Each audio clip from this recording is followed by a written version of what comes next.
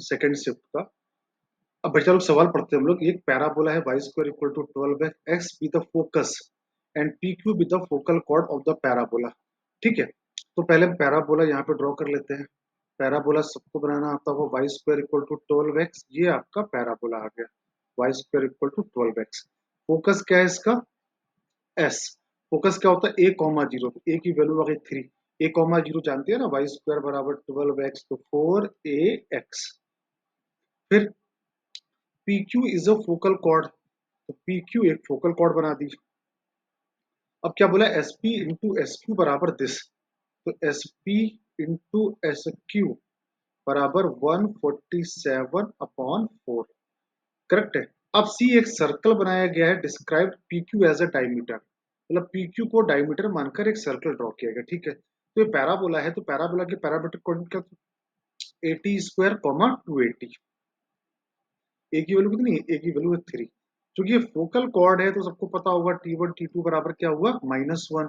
तो point Q क्या हो जाएगा, 3 अपॉन टी स्क्वायर और -6 अपॉन टी आ गया। करेक्ट।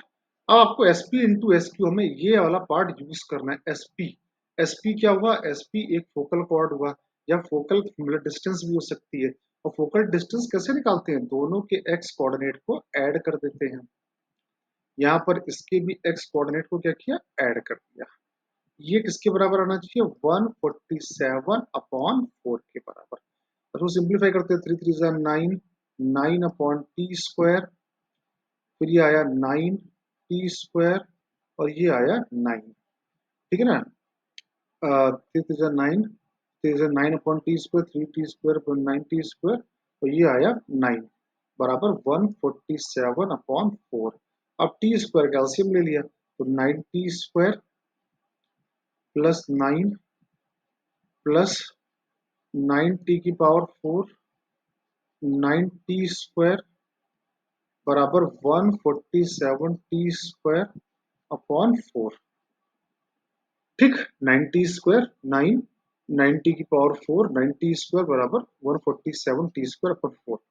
अब ये 9 टी स्क्वायर, 9 टी स्क्वायर को ऐड कर दिया तो 18 चौको 72, 72 टी स्क्वायर, 9 चौको 36 टी की पावर 4, और 9 चौको 36 माइनस 147 टी स्क्वायर, तो ये आया 37 टी की पावर 4, टी की पावर 4, 7 में 2 गया 5, 14 में 7 गया 7 टी स्क्वायर, और इसके बाद में ये आया 18।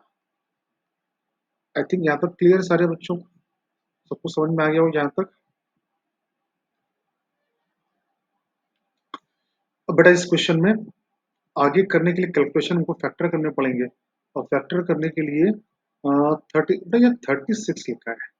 अब इसके फैक्टर करो, तो ये कितना आएगा, 36 करेंगे तो यहाँ कुछ कॉमन भी आ रहा है। अभी अगर हम देखें तो 3 कॉमन आ रहा है, तो कितना बचा, 12 टी की पावर 4, फिर 25 टी स्क्वायर प्लस 12। करेक्ट। अब 12 के 2 दूनी 4 3 12, 2 दूनी 4 3 12, तो 3 का 9,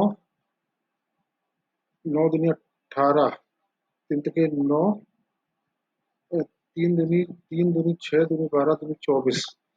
मतलब अगर हमने 3 कॉमन लिया तो 36, 12 के 36, ठीक है, तो 144, तो 2 दूनी 4 3 12, 2 दूनी 4 3 12, तो 3 दूनी 6 3 18, या 3 दूनी 6, 3 के 9 दूनी 18, 18 और 8 26 बना रहा है, हमको चाहिए 25।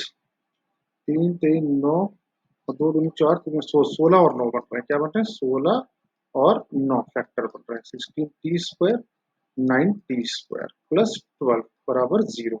यहाँ से क्या कॉमन आ रहा है, 4 टी स्क्वायर कॉमन आया, तो क्या बचा, टी स्क्वायर माइनस 4, 4 कॉमन लिया तो यहाँ पे अगर 3 टी स्क्वायर, तो यहाँ पे 3 कॉमन लिया तो 3 टी स्क्वायर माइनस 4, तो टी स्क्वायर बराबर क्या आया, 4 अपॉन 3, और टी स्क्वायर बराबर आया 3/4।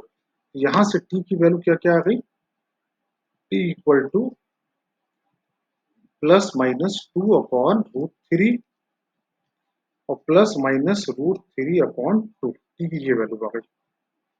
अब टी की वैल्यू, अब टी की वैल्यू मैं कहाँ डालूं, इससे मैं क्या निकालूंगा, पी और क्यू निकालूंगा। पी की चलो मैं एक वैल्यू पिक कर लेता हूँ, √3/2, एक सबसे सिंपल वैल्यू पिक करता हूँ, कौन सी, √3/2।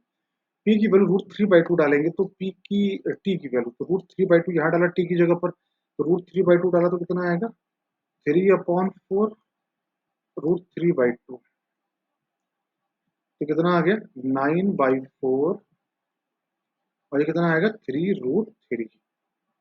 पॉइंट क्यू क्या आ जाएगा, 3/t², और टी स्क्वायर की जगह पर √3/2 -6/2 √3/2, तो कितना आ गया, ये आ गया आपका 4 कॉमा, और ये आ गया 4√3 आ गया, करेक्ट है, 4√3। अब आपको पॉइंट पी मिल गया और क्यू मिल गया। अब पी क्यू से एज अ डायमीटर बनने वाले सर्कल की इक्वेशन क्या होती है, अगर पॉइंट पी और क्यू एंड पॉइंट है डायमीटर के, तो इस सर्कल की इक्वेशन क्या आती है, याद है, x-x1 x-x2 प्लस y-y1 और y-y2 बराबर 0। क्लियर। अब जरा मल्टीप्लाई कर लो, 4x-9 x-4, फिर 4 कैल्शियम लिया, y², 3√3y, 4√3y, फिर ये आया 4×3 = 12, 3×36, ये आ गया बराबर 0 आ गया, करेक्ट। ये आ गया 4x² -9x -16x plus 36 plus 4y², और ये आया प्लस 4, फिर आया 4√3y, 36×2 = 72, 144। क्लियर है यहाँ तक सारे बच्चों को, आइयो सबको समझ में आ गया होगा। तो ये कितना आ गया, 4x², 4y², फिर x 9 और 16 25x, फिर y का टर्म 4√3y, और 144 में 36 गया 108।